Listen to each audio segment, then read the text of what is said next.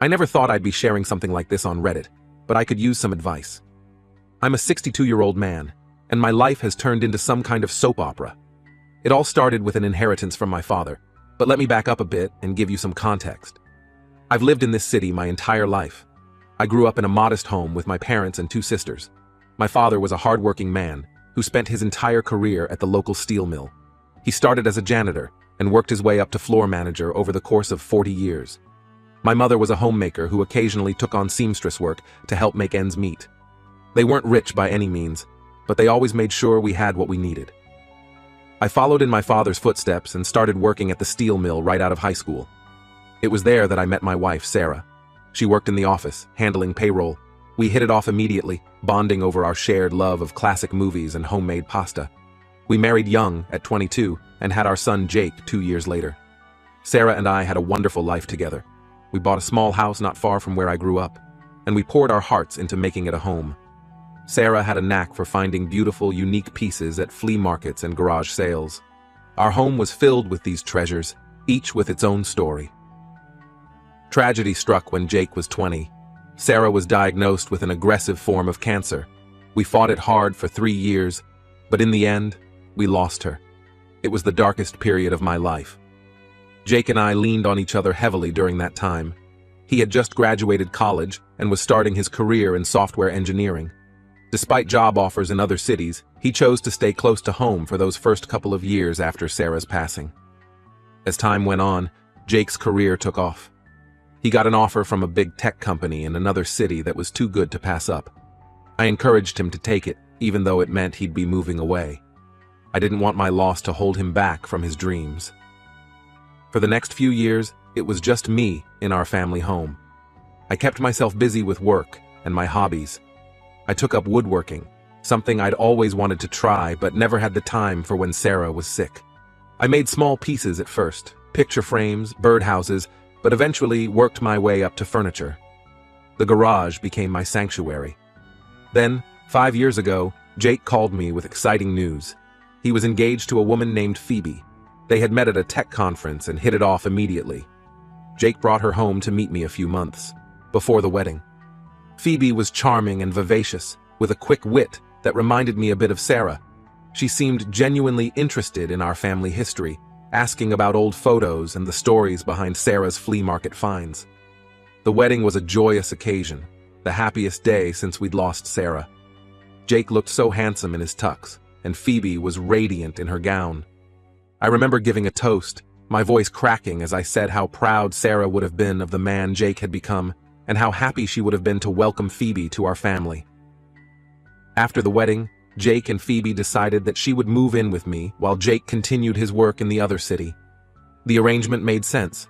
Phoebe worked remotely as a graphic designer, and this way she wouldn't be alone in a new city.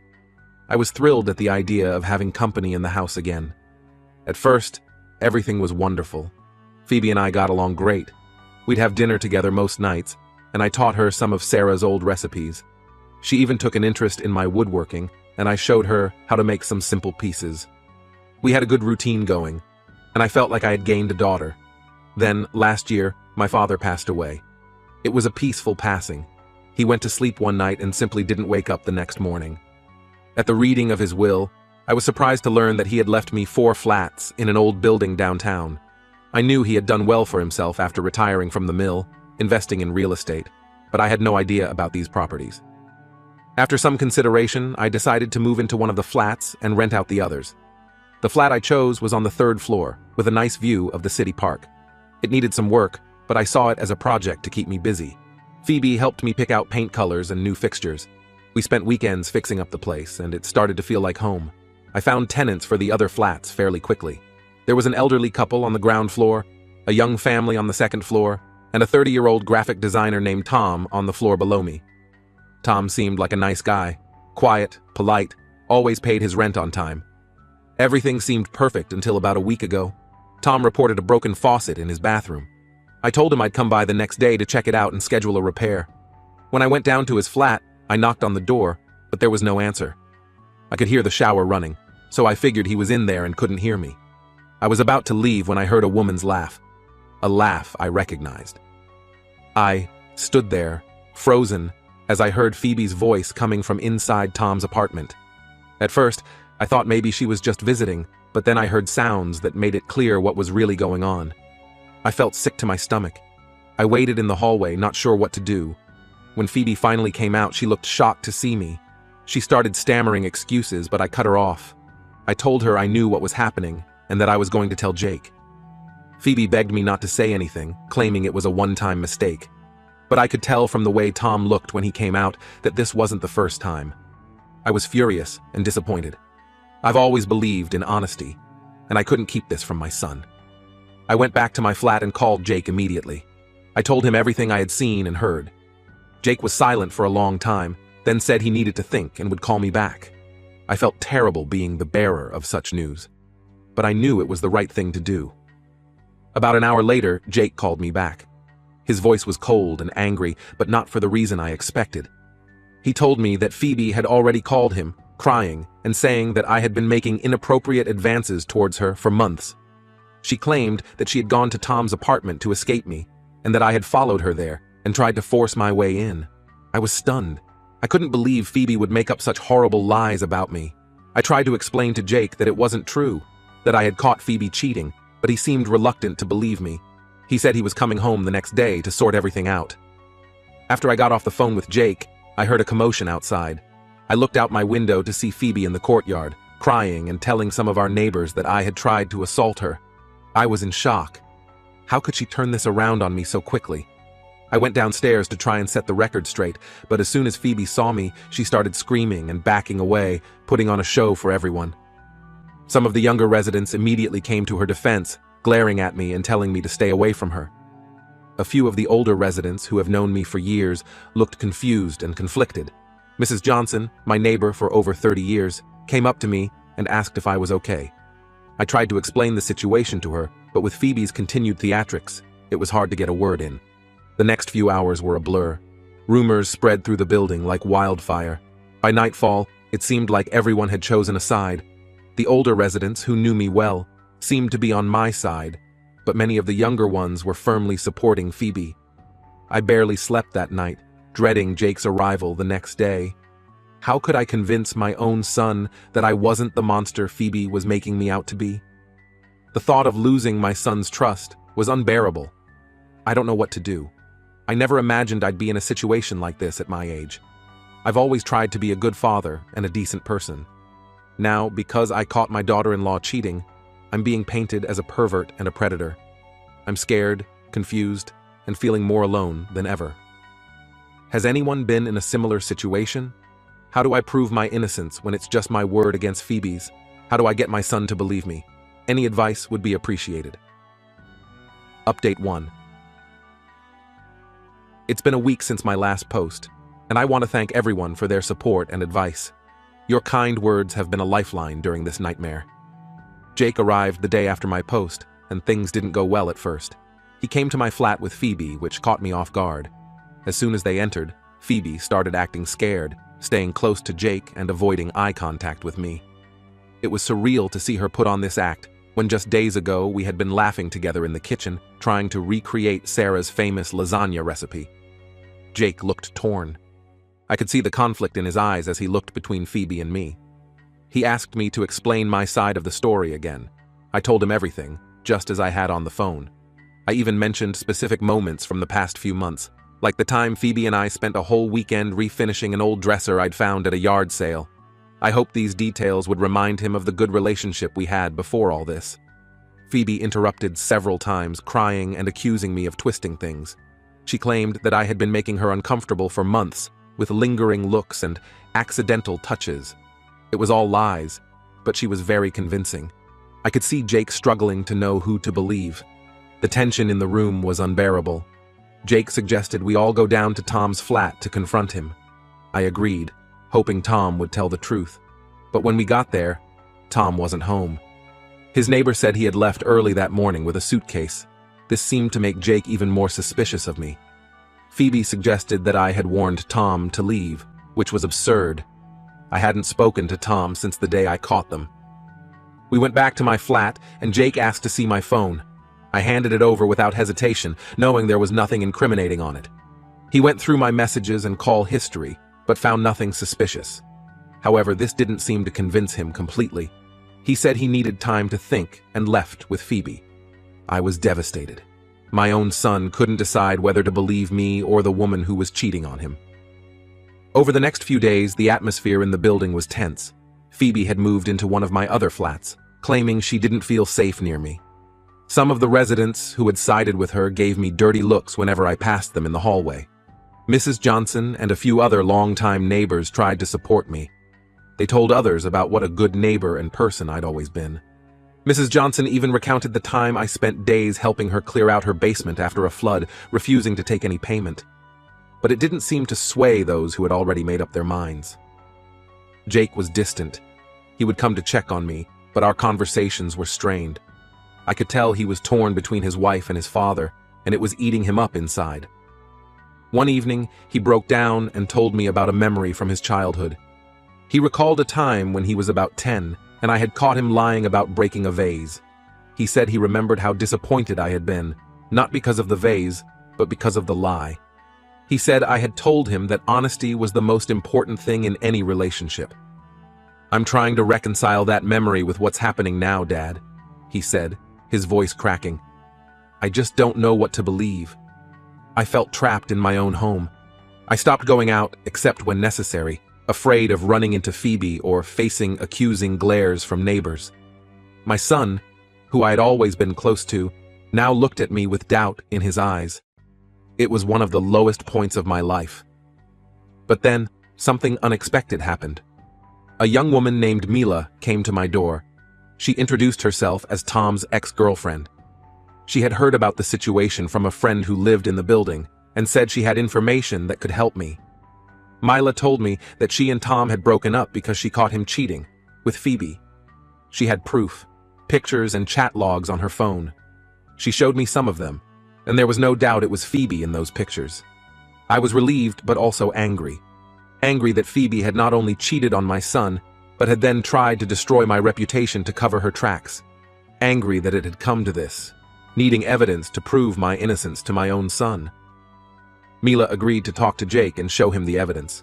I called Jake and asked him to come over, saying I had important information. He arrived an hour later, looking tired and wary. When Mila showed Jake the pictures and messages, his face went through a range of emotions: shock, disbelief, anger, and finally, a deep sadness. He asked Mila several questions, trying to verify the authenticity of the evidence. Mila answered everything patiently, even offering to show him the timestamps on the original files on her phone. After Mila left, Jake broke down.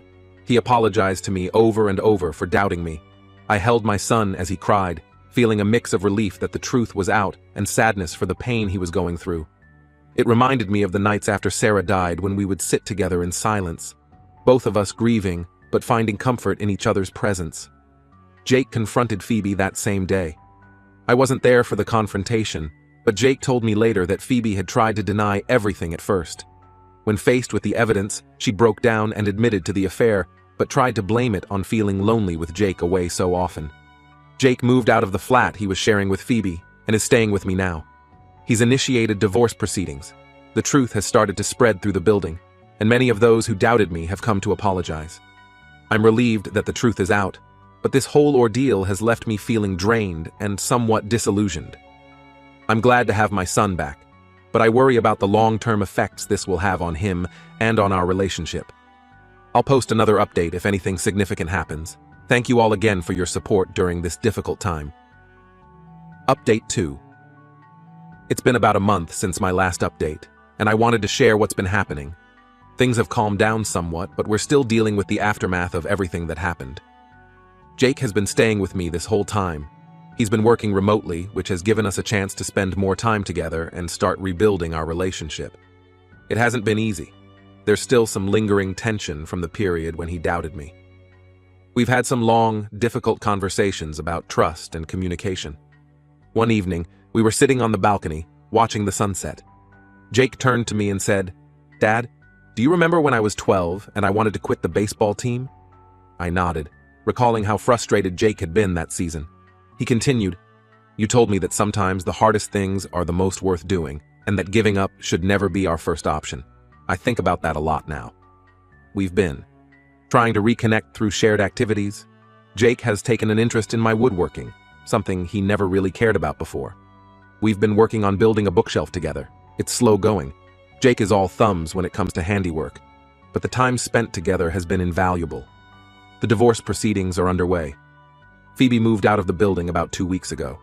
Before she left, she tried to apologize to me, claiming she never meant for things to go so far. I didn't say much in response. I think it's too soon for forgiveness, if that's even possible after what she did. As she was leaving, I noticed she was wearing a necklace Sarah had given her as a wedding gift. Part of me wanted to ask for it back, but I couldn't bring myself to speak to her any more than necessary. The atmosphere in the building has shifted. Most of the residents who sided with Phoebe have apologized to me. Mrs. Johnson organized a small gathering in the courtyard where several neighbors expressed their regret for jumping to conclusions. It was a nice gesture, but I'd be lying if I said it completely erased the hurt of being doubted by people I've lived alongside for years. During the gathering, Mr. Patel, who lives on the second floor, pulled me aside. He's a quiet man who I've never spoken to much beyond polite greetings. With tears in his eyes, he told me about how his own father had been falsely accused of something years ago in their home country and how it had torn their family apart. "I should have known better than to jump to conclusions," he said. "I hope you can forgive us." His words touched me deeply, and I found myself getting emotional as well. Tom never came back to the building. He sent someone to collect his things and mailed me his keys along with the last month's rent. I've since rented out his flat to a new tenant, a quiet grad student who keeps to herself. Every time I pass Tom's old door, I can't help but feel a twinge of anger and sadness at how one person's actions could cause so much pain. Mila, Tom's ex-girlfriend who provided the evidence that cleared my name, has become an unexpected friend through all of this. She stopped by a few times to check on us, and her kindness has been a bright spot in this difficult time. Jake seems to appreciate her support too, though I've cautioned him about jumping into anything new too quickly. Last week, Mila brought over some old photo albums she found while cleaning out her closet. They contained pictures of her and Tom from happier times. As we looked through them, she shared stories about their relationship, and how she had suspected Tom's infidelity long before she had proof. It was a bittersweet evening, but it helped Jake to hear from someone else who had been through a similar betrayal. I've been thinking a lot about the future. This whole situation has made me realize how quickly things can change, how relationships we think are solid can crumble. I'm considering selling the flats and moving somewhere new for a fresh start, but I haven't made any decisions yet. Part of me feels like leaving would be running away, while another part thinks it might be the best way to put this all behind us. Yesterday, I took a walk through the neighborhood where Sarah and I bought our first home. The house is still there, though it's been painted a different color, and the garden Sarah loved so much is gone. Standing there, looking at the place where we started our life together, I felt a mix of nostalgia and sadness. I couldn't help but wonder what Sarah would think of everything that's happened, how she would have handled this situation. Jake talks about moving back to his city once things settle down, but I can tell he's hesitant about leaving me alone after everything that's happened. I've assured him that I'll be fine, that he shouldn't put his life on hold because of this. But I'd be lying if I said I wasn't worried about being on my own again. There are still moments when the weight of everything that's happened hits me. Sometimes I'll wake up in the middle of the night, replaying events in my head, wondering if there were signs I missed or things I could have done differently. But then I remind myself that I'm not the one who did anything wrong. Last night, Jake and I were going through some old boxes I had brought from the house. We found a letter Sarah had written to Jake on his 18th birthday, to be opened when she was gone. In it, she talked about the importance of family and how proud she was of the man he was becoming. Reading her words now, in light of everything that's happened, was both painful and comforting. It reminded us of what's truly important. I'm taking things one day at a time. Jake and I are both healing, separately and together. It's a slow process, but I have hope that we'll come out stronger on the other side of this. The future is uncertain, but for now, I'm grateful for the support I've received and for the chance to rebuild my relationship with my son. Thank you all for your support throughout this ordeal. It's meant more than I can express. I'll update again if there are any significant developments, but for now, we're just focusing on healing and moving forward.